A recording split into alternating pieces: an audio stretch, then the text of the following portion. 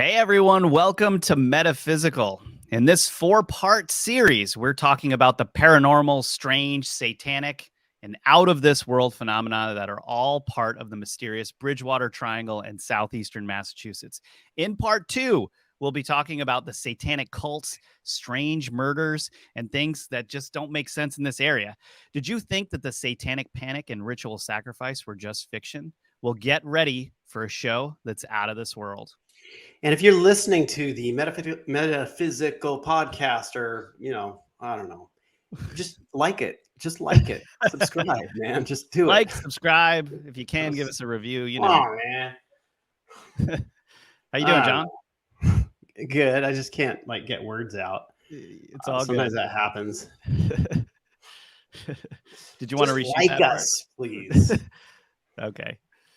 All right. Well, here we go. So, part 2. One of the things I think that's so interesting, we were kind of getting into this before we started, was it's this interesting conversation about, in a way, what makes the Bridgewater Triangle so bizarre and what also makes it such a credible instance of paranormal activity, which is the northeastern spirit.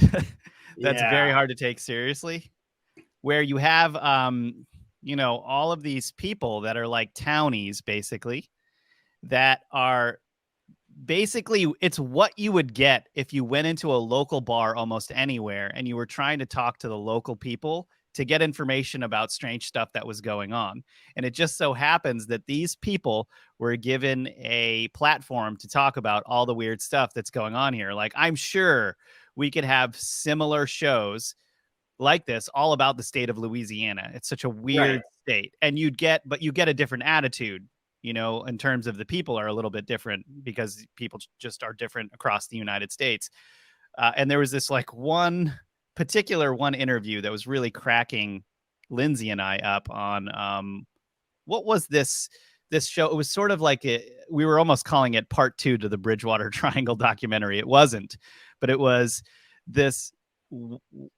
It was called Small Town Monsters. It was a YouTube channel called Small Town Monsters. It was all about the Bridgewater Triangle. And there was an interview of a guy this bald-headed guy with big blue blockers on, and he has a New England Patriots sweatshirt on, and he's talking about the craziest stuff that happened to him right around was it the Free State Town Forest, or was it the Hockomock Swamp? One of them. Anyway, hilarious. But the way that the guy was delivering the information was just so he had just got up from watching a New England Patriots game and drove down the street to start talking to them about all the crazy stuff he experienced in the area. Right. You know what I mean? Yeah, it's hilarious. When I watch a lot of these interviews, it's hard for me to understand the relationship with some of the people to the phenomena, because I'm used to specific types of looks and attitudes with people in researching the phenomena. But then you have a guy wearing a New England's Patriot shirt and those, blue blockers, and who's investigating the Bridgewater Triangle, and it's wait, what? This is just not really connecting for me, which, like you said, it actually makes it more credible. They're townie. It's they live in this small little circle of a world. And so for the most part, I'm not saying, it's not denigration, but it's you don't want your friends to think you're crazy, right? Because you got a football game to go to next week, but you're talking about Bigfoot on TV. So yeah, right. Well, and a lot of the people there are careful about sharing some of these stories because it is so strange. Wherever you go anywhere right now, you're going to get criticized if you start talking about things that you saw that you can't explain. But the strange thing is, so many people in the area have had these experiences that once it gets brought up while someone's at the bar, it gets into a lively conversation right away. Right. Right. It's when you look at YouTube videos, for instance, I always go to the comments, because in the comments on this stuff, man, people are relating their experiences. Yes. And that's where it gets fun, actually, is, when, especially, when I was doing work on the Montauk Project, having people chime in from Montauk to talk about all the crazy stuff. And that's so close. That area, by the way, is very close to Rhode Island. It's right across the bay. Right. Basically. Everything's just a stone's throw away. Yeah. And Rhode Island, where that is in Rhode Island, there's so much strange stuff going straight up through the Bridgewater Triangle. So from Montauk up there, you've got just such a large amount of bizarre stuff going on. Right. Yeah, and it is true. It's like that is the northeastern spirit, is no one really cares as long as you're just doing your thing for the most part, and everyone will directly say what they think is on their mind. And I just think it's so funny that most of the time when we're watching these things on TV, we've got that guy from the West Coast or the Graham Hancocks of the world that can present themselves in a very like sort of proper, or it fits the bill. Whereas in the Northeast, it's like you've just got people from all walks of life that are just getting onto TV talking about what they saw, or they're in, what is it, an EVP expert, you know, where they're like listening to sounds of ghosts, and they have got a extremely strong New England accent. They're like, yeah, my aunt from the town over came, and we saw the craziest thing, and I got this in a recording, right? You know, and right, great. I know, it's insane. But it is. It's like you're while you're watching that documentary or while you're listening to these stories, you feel like you're at that bar listening to a friend that's telling you something that happened to them, and it's hard to stop listening, you know, in a weird way.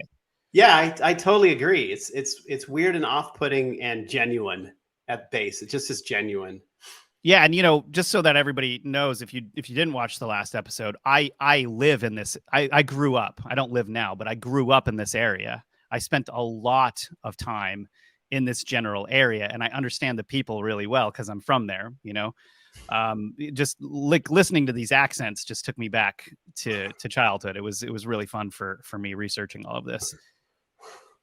Now, one of the things that I think, you know, we haven't really gotten too much into, we have just peripherally, but we haven't directly gone after or talked about satanic cult worship, or for the most part, serial killing, which we will get into at some point in this series, because I've got a lot of data on some of this stuff. But one of the strange things in the Bridgewater Triangle seems to be a lot of crime, and what was found in the 80s really as being this satanic cult worship found in the Freetown State Forest.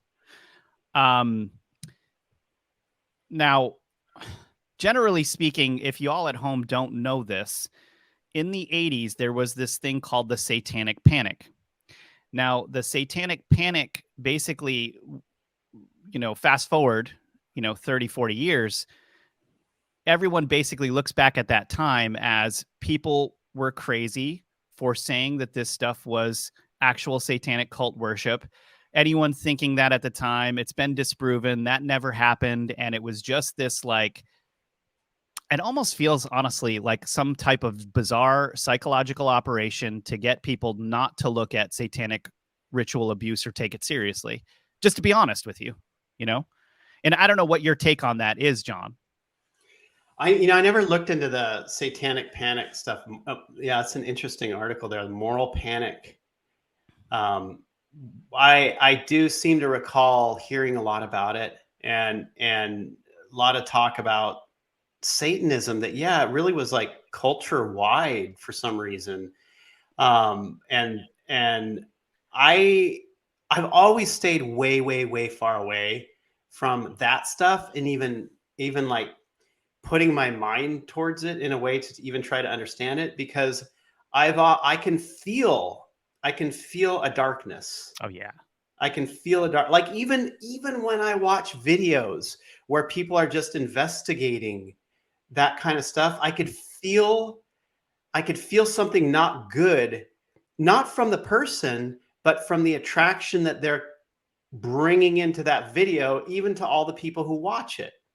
So for me, like, I've always just felt, nah, that's not what I really want to feel. I always have kept that at bay in general. Sure.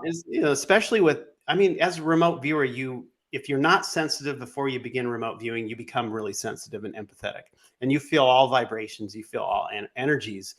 And so it's like, even on the remote view, well, especially on the remote viewing side, I wouldn't go remote viewing any of this stuff. We wouldn't go. We wouldn't go remote viewing this stuff. Yeah. We get, we can get affected, and we can get interaction. But you can remote view. You can remote view peripheral things, and sorta. Okay, I'm going to give you an example and tell you some stuff just to kind of fill you in on this whole thing, because I think it's a good opportunity for that, and it totally relates to this episode. So there was an episode that I produced. It's on rise.tv now. We just republished it, and it was all about Ted Bundy. Now, I just did a deep dive into Ted Bundy. I was curious about it, and I found lots of things that I couldn't explain that were basically brushed aside and were made fun of historically when all of this was being researched, or it was brushed over as if it wasn't evidence of something larger. And it's very important that those things get looked at. I think there's a lot of stuff that's like this. Like, for instance, there is also, here it is right here, Ted Bundy deep state puppet. You can check that out, you guys, if you want, on rise.tv. Well, actually, that's really fascinating information. Like that, like what you're talking about there, like the weird, there's so many weird connections on that. You got to lay some of that out. Okay, but what I want to tell you is that this is where I kind of started getting scared in a way, is that this basically snowballed into connecting to almost not every other serial killer, but other serial killers and other things that have taken place that people haven't put together, that started to unravel into, I'd better not talk about this. That's how bad it got. Okay. Yeah. Now, the things that I will tell you about Ted Bundy that I can, because these people are largely no longer with us, it's easier to talk about, right? Is that Ted Bundy was a very charismatic guy. He was very good at speaking and appearing as if he was like with it. And he was very sneaky in how he pulled women in. He would put a cast on. You'd make women feel bad for him. He'd stuff them in the car, and then, you'd get him doing these things that were just the worst things ever. I mean, the body would be left in the forest. He would come back to perform necrophilia on the body several times. Jeez. However, what they're not telling you, and that I will tell you, is that that's not the whole story. Actually, most of these bodies that were found had freshly shampooed hair. They were dressed up like very nicely. And by different investigators that investigated this is not me saying this, is that it would be impossible for one man to be acting alone and have performed things the way that they were performed. Now, at the same time, if you read Ann Rule's book, all around the Ted Bundy and all around the stuff that was going on at the time, there were cattle mutilations that had been happening in the area around the same time that Ted Bundy was performing all of these acts. In addition, how did Ted Bundy go from being a completely no-name individual, completely, to starting to get involved in politics, and then driving all the way from Washington State down to Florida to take part in organizing what was his name? Something Rockefeller. His presidential campaign at that time. Rockefeller was running at that time. I can't remember his first name because there's so many Rockefellers. He's running at the time. He organizes, not just like he's involved, but even still, even involving is weird, because you're literally driving as a no-name individual from Washington down to Florida to take part in the campaign for, is it Nelson Rockefeller? Nelson Rockefeller. Oh man. How do you do that? How do you do that as a no-name individual, unless it has something to do with you and your character? In addition to that, after he gets nailed for the entire thing. That's crazy. After he gets nailed for the entire thing, John, he's in prison. He ends up trying to break out of prison 3 times, I think it was. And 1 or 2 of the occasions, there were car keys magically left in cars for him to drive away in. He just happened upon a car with the car keys left in the car. And so if that's not enough, while he's in prison, this is what got me looking into this, is he makes a phone call to Charles Manson.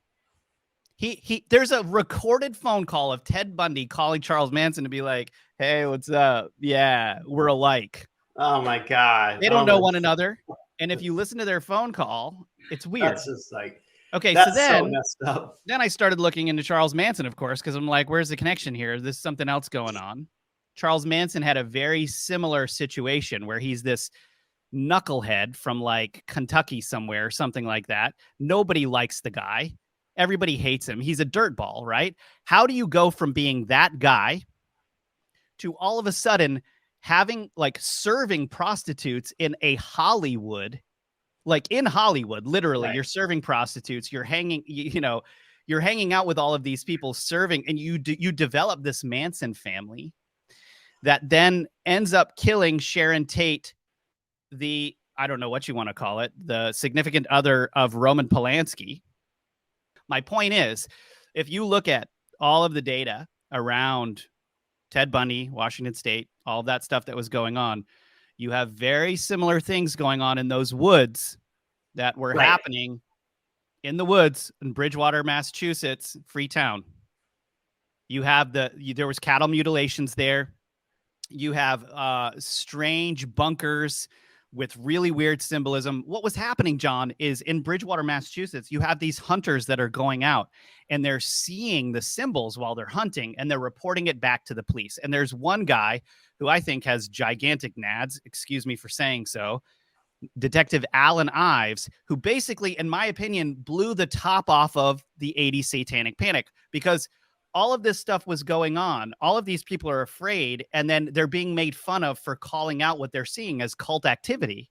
They're seeing cult activity. It's not like like there's evidence of cult activity and you're getting made fun of. It's this strange gaslighting that's going on, that has been going on for a really long time. Why can't we talk about that stuff? Like, and at the same time, you have these guys over in Bridgewater, Massachusetts.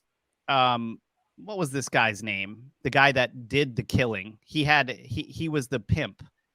Drew, what was his name? His last name was Drew. Carl Drew. Carl Drew is working with prostitutes in the area. I mean, you have them actually. This is Alan Ives, guys. So you have them actually. What's that? Alvis. Excuse me, Alan Alvis. You have, so he's investigating the entire thing and he's just seeing more and more bizarre stuff, right?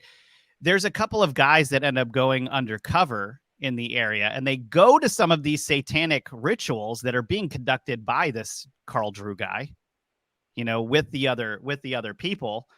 And a lot of this stuff is unraveling. I mean, we're talking about bodies being found with their heads cut off, with their skulls smashed in, prostitutes being killed. One of the prostitutes even wanted to talk, and she was going to meet up. What was this? I don't remember this prostitute's name. She was going to talk. She ends up, she was willing to be interviewed by the police, but suddenly disappeared. And then 6 months later, her skull was found beside a clump of her hair, cat skulls and sheep bones. And we're crazy for calling out this is like satanic ritual abuse or something like that.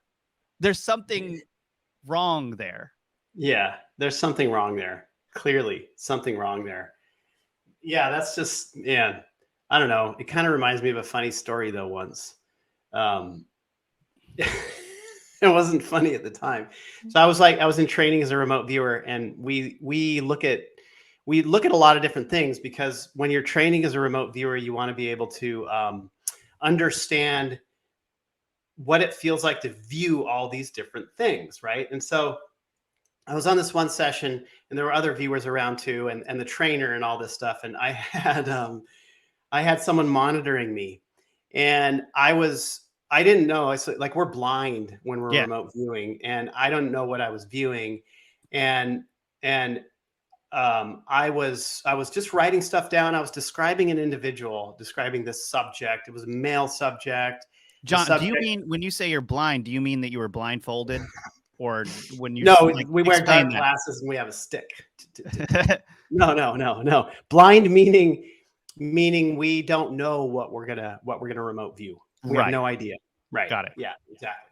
So I was remote viewing. I was describing this individual, this male subject, who had this very cowboy-like attitude, kind of didn't care.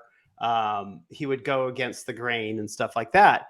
I didn't get anything like overtly negative or anything like that in the session. And when we remote view, we go after like low level information, just low level descriptive information. Yeah, it's like, you know, kind of like that, right? So I'm remote viewing a subject that reminds me of that, and we have to like write down every single thing that we get, even if that is some kind of like deduction on it. It's not considered data, and we dump that stuff off to the side of the page, not where you put the actual data. So at one point, I'm like, deduction subjects like me, right? The subjects like me, because I was relating to this attitude about the subject as having this sort of like cowboy kind of, I don't really care so much. I'm going to do what I want. I mean, like that. So, okay. So I finished the session, and my monitor's just looking at me like all weird. Oh no. And and we were doing this outside. We were like in some park, and all of us viewers were outside doing it. She takes it to the trainer Prudence, and they like have me stand a little bit away, and she's like flipping through the session, and she points to something, and they both look up at me, and they're both looking at me, and then my monitor gives me the feedback, and it was a serial killer. And so I literally had to convince them that I wasn't a serial killer. Yeah, but what you just said, John, is why Ted Bundy was so scary, and why a bunch of these serial killers are scary. Not all of them, but some of them. It's because they can pull off.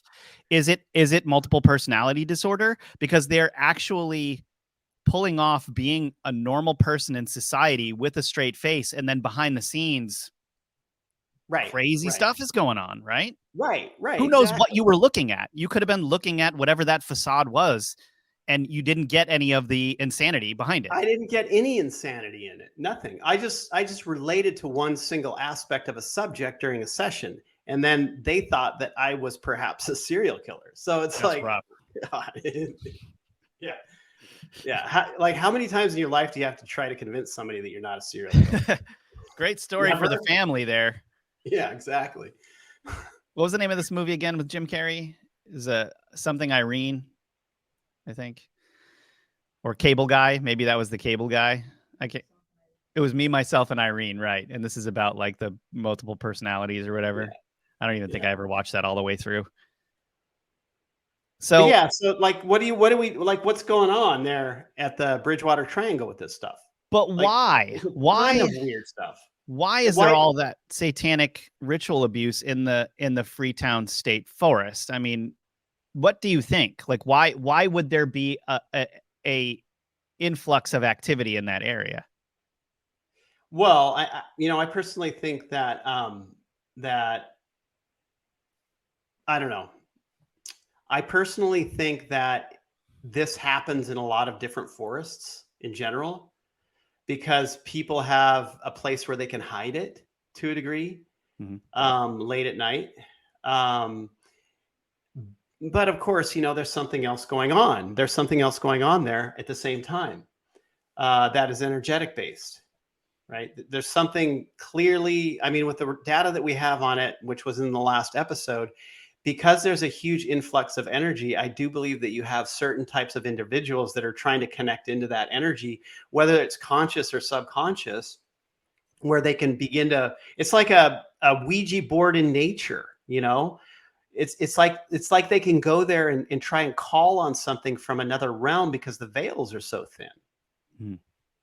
I'm not going to remote view it. I don't want to. But do you think that they are aware of this and they're trying to pull from the energy that's already in the area? Or do you think that it's just the recipe of things that's causing the activity in the first place? Like it's like a magnet for different energetic things.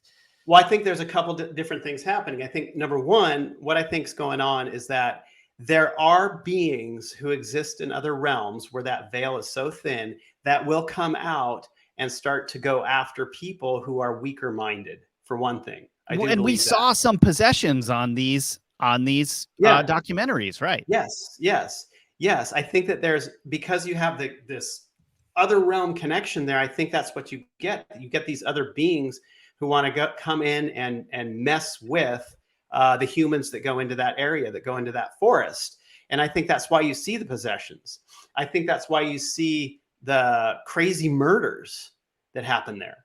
I think that, and then I think on the Satanist side, you have probably a pushing of these energies on specific weak-minded people, and they get them subconsciously into the conscious mind to go out and do rituals to call upon more of these types of beings. And I think really it's got to come down to the energy specifically. It's got to come down to the veils being so thin there. That's my opinion on it. And speaking of serial killers and murders, the Fall River, which is just to the I think it is southwest of that whole area, is home to the Lizzie Borden axe murders. So Lizzie Borden, you guys have probably heard of her before. There are even rhymes about this woman. She murdered her family with an axe, and the house that she murdered them in is now like a bed and breakfast that you can actually stay in. Why the heck you'd want to stay in? I know. And I mean, like, making money off of that whole thing is bizarre in the first place. You know, but or just kind of like, just, I think sensationalizing it to the point where it's pop culture is bizarre. But that seems to be a theme now. Yeah. Right. Yeah. I find that really weird. I would never, I mean, I could not. This is her, right? This is Lizzie Borden. She's possessed. Sampaku Eyes. Yeah. She is possessed. So you guys, for those of you at home, Sampaku Eyes, you should look into this yourself. You don't have to believe this. I'm not saying it's 100% legit in all cases, but there is a long history of Asian doctors, Japanese, the word is Japanese doctors looking at the eyes to see what's going on and psychologically with a person. Sampaku Eyes basically means 3 whites. You can see white on the side, both sides, that's 2, and then white on the bottom. So if the eye comes up, you know, and you can see the white on the bottom, what it means is the pressure from the brain, this is what they say, and that's not what I'm saying, is the pressure from the brain is pushing the eyes up, but the pressure is coming from abnormalities in brain activity. And so the eyes coming down, similar thing. You know, you can look into this yourself. Like Charles Manson's a good example. You could see the whites above. Whites above are even worse than below, but a lot of serial killers had Sampaku Eyes, which is really strange. Actually, President Kennedy had Sampaku Eyes. But one of the things that Sampaku Eyes could mean is that a person will have a death that comes too soon, basically a death that happens naturally or unnaturally before their time. And it's a very interesting. Oh, it's Sanpaku. Yeah, she's respelling that. It's a very interesting thing. But what we were just looking at is, you know, the Sampaku Eyes. What was the original image that you had up where that kind of came from? We were looking at, it was Lizzie Borden. Yeah. So Lizzie Borden seems to have had that. And you could tell John was just saying, like, she's possessed because she has kind of like a mad look in her eyes. It just feels like energetically, like when I feel her energy and I see that picture, I feel like there's a madness something in else there. In there. Yeah. Not just a person. There's something not in there. I feel the same way when I look at certain historical figures that it really makes me feel uncomfortable. Yeah. It's real. Weird. Yeah. So interesting too, that, you know, the Lizzie Borden, that's all there. I mean, we're talking also here about tons of what Detective Alan Alves was looking at were child sacrifice. You know, there was an underground bunker and a makeshift hut that was found. There were like dolls that were found in there with their heads cut off, dolls nailed to trees, a tiny chair cut out of a tree that was child sized. Were they bringing children here? I mean, so is this mostly like in the Freetown State Forest? Yeah. Yeah. Jeez. Yeah, you can't even get into the Hockomock Swamp, dude. Like, if you try to walk into that Hockomock Swamp, you get stuck in the swamp. It's very hard to get through. Right. So yeah, it's all the Freetown State Forest, where a lot of this activity is going on. The hut was the size of a prison cell and could have been used in the winter because it was really well insulated. So in that Bridgewater Triangle documentary, there was a guy named Mike Fournier, I guess. And he said that his father saw a hole in the ground, a pentagram sign, a little cot with a fire pit in the middle. And that's actually how the documentary makers found that location years after the detectives actually had to deal with it. There's satanic graffiti. It's still on some of the wood there. Right. They at one point found, this is terrible. I know this is all terrible. I'm sorry we're having to retell all of this, but there was one instance Detective Alves was talking about where he found a baby that was just left in like a bucket somewhere, a barrel. Alive? Well, it had been put there alive and then it had died. Now, this could have been a woman that just threw away her baby, of course, right? Not necessarily satanic cult activity, but just there's lots of stuff that he was seeing in that area. And when you ask him, this is a cop, right? He's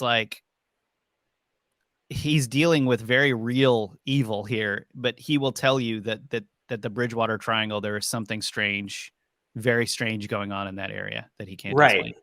Right. Yeah. I do believe, I do feel, because when we remote view these things, going to the base explanation for all of the phenomena is even though you can't prove it. I mean, you can't prove it, obviously. Like, remote viewing doesn't stand up in a court of law or anything like that. It's just like remote viewing just kind of gives you a direction to go for investigation on, what's actually causing this stuff.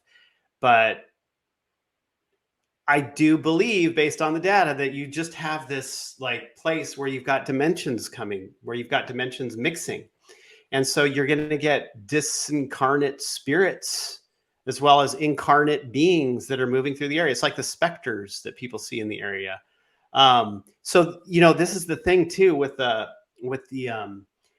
serial killer stuff, the satanic stuff, I feel like there's a lot of energy that possesses people in that area.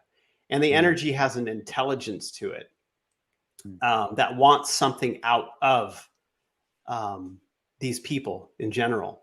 Like when I look at that Lizzie Borden picture, to me, it's like, I can't look at it very long because there's something else in there that looks back. This is the thing, man. It's like everything has an energy in it, and the energy can actually exist no matter how old that picture is. That energy is still looking back at the people that are looking at that picture. I guarantee it. I know it. And that's why looking at that Lizzie Borden picture, it's like, no, I just want to step back from it. I want to get away from it because it sees me see it. Yeah. And, I wonder too, it's like, this is why I think karma is such a good way to describe like wrongdoing or energetic transactions that go on, because, once something is done, there are all of these repercussions. Like even going back and looking at those photos, it still carries that energy, right? Right. You know what? I mean, I'll tell you, I even watched one video that you and Ben did at one point. I don't remember what it was on, but I could feel the things that you were talking about looking at me. I could feel it. I could feel it just behind the veil of what you were talking about, looking at me. And I do think that people in general really have to be careful and understand how to protect themselves, because even when watching this stuff, because you have to be discerning. These when you start talking about this stuff, they don't exist in the 3D reality with ears. They exist in a reality, a fourth dimensional reality or whatever, that can move through time and space and can hear or feel the energy that's pointed towards them, so they come look. You want to hear something crazy? Yeah. So one of my friends, so a couple episodes ago we were talking about Chinese pyramids, right?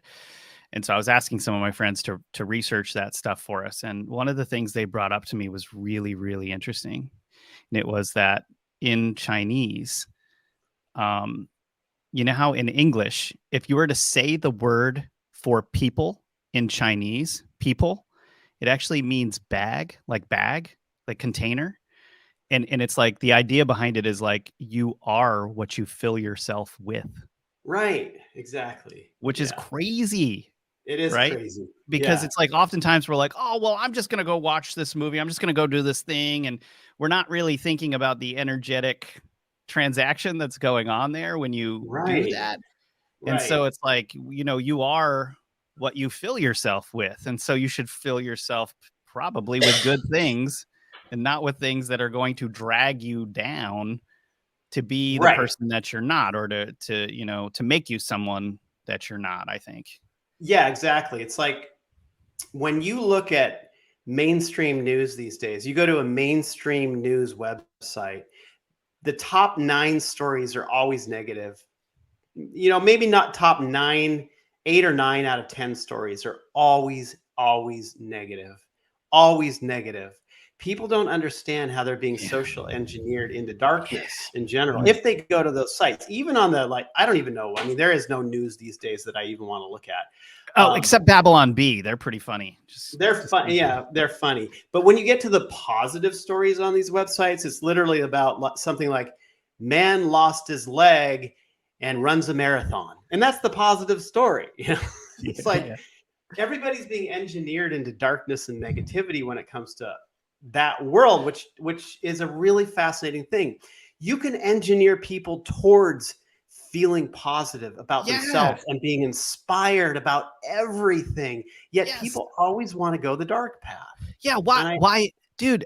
This is the thing that drives me crazy. Is it's like, do you know how effective a art form like modern day film would be with the special effects that we have to actually try to retell like good, beautiful stories, and all of it's like horror stories, or we have like tons of like over the top violence or whatever it is, and it's just this is the direction that it's crazy.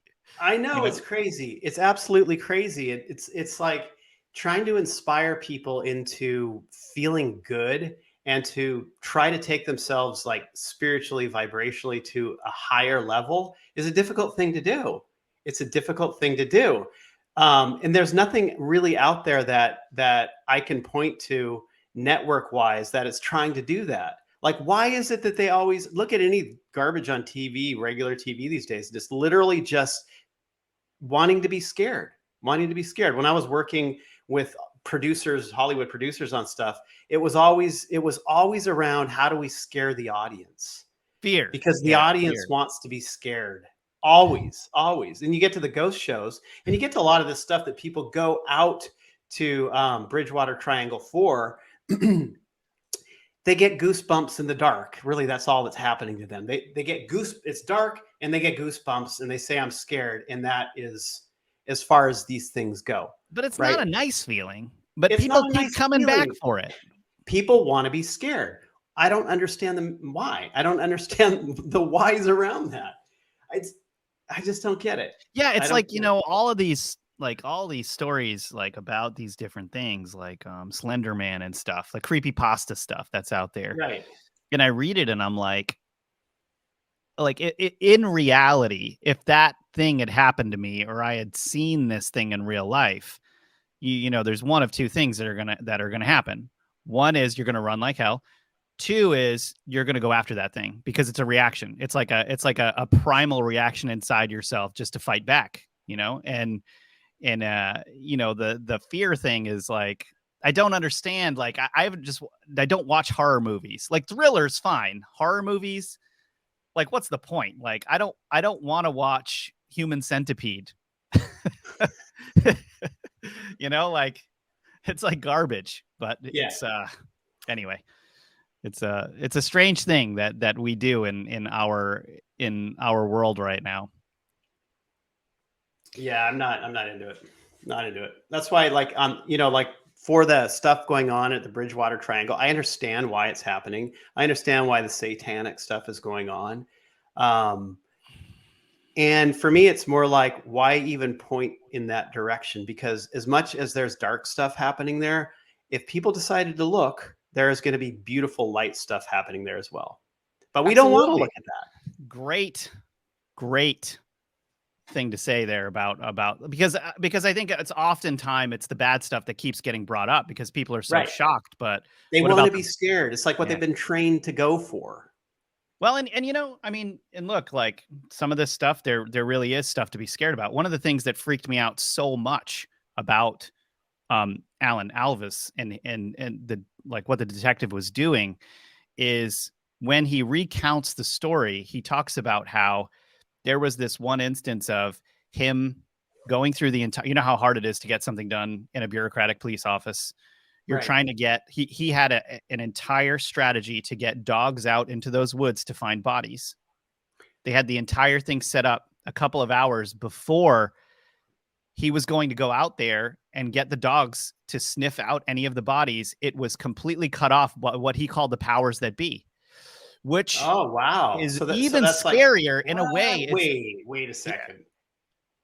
What? Even scarier than the actual satanic cult worship, because that sort of alludes to there being some type of cover-up that's going on of the satanic cult worship and perhaps more powerful players that are making the calls about these things, or police officers in the pocket, who are in the pocket of some individual who's making a call on this. I mean, that's scary stuff.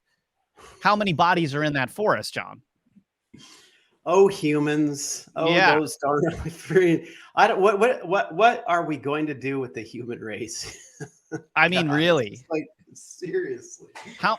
So that would mean that authority figures, officials, are actively covering up murders based off of satanic worship and stopping the police from investigating it. Which comes right back to this whole idea that anyone who called out satanic cult worshiping in the 1980s and got criticized for it, should they have been? I mean, look at the actual evidence of this. Hey, I'm not blaming certain individuals. This isn't me talking about religious stuff. What I'm saying is, if someone is doing bad things, nefarious things, and committing crimes, or doing things that lead to crimes, I mean, shouldn't it be cracked down on? Of course it should, because we're talking about things escalating from, okay, there's a doll hanging on the wall with its head cut off, to, okay, there's small animals and birds that are being sacrificed. There's larger animals being sacrificed. There's a slew of large animals being sacrificed. There's human bodies being found. Why would we not have canines going through the Free State, forest and finding more of them to figure out what's actually going on and see how big that rabbit hole is? Because we got to stop it. Shouldn't we stop it? I think at a certain point, it has to be a thing for the people to do in general, for the people that are concerned about it, as opposed to those that rule over.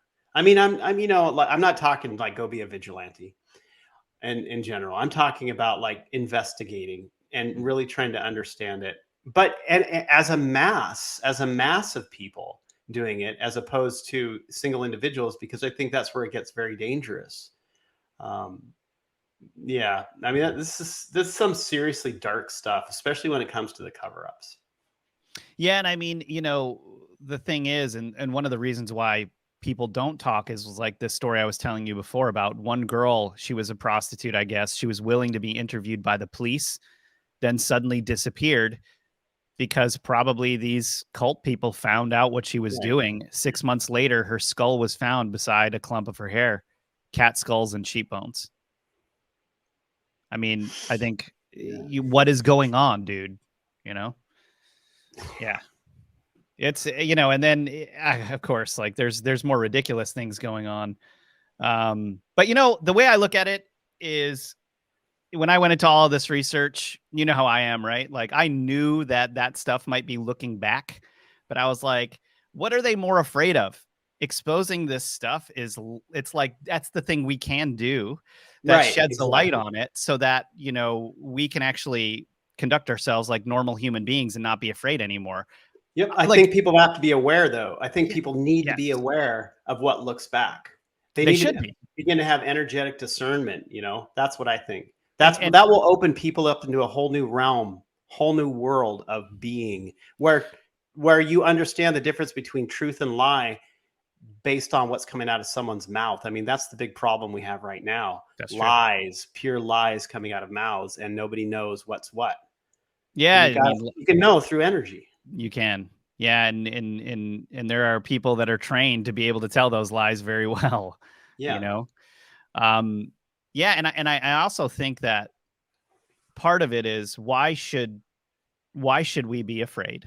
This is the way I look at it. Fear Yeah. is such a prominent thing. It's like, why should we be? It's actually, people doing those things are weak, because they're trying to obtain energy to get somewhere else that one could achieve on their own by normal means, not doing any of that stuff.